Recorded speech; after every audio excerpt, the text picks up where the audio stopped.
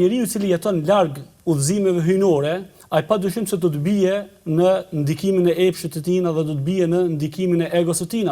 Nga se ne sun ta mohojmë secili prej neve e kemi egon të instaluar në vetët tona. Mirë po, besimtari i cili është i vëmendshëm dhe i zgjuar, egon e tij e ka në kontroll dhe nuk e lejon që egoja m'ia kontrollu jetën atina. Për këtë arsye Allahu xhalla xhelaluhu atë hek vretin njerëzve duke thënë: "Ra'aita man ittakhadha ilahahu hawa." A ke po ti o i dërguar i Allahut, a ke po ti o Muhammed, se si disa njerëz e kanë marrë për Zot egon e tyre. Allahu xhalla xhelaluhu pra e lidh gafletin me çështjen e egos në një ajet kuranor në surën Kahf, ku Allahu xhalla xhelaluhu i thot Muhamedit sallallahu alaihi wasallam: "Wala tuti' man aghfalna qalbahu an dhikrina wattaba'a hawahu wa kana amruhu furata."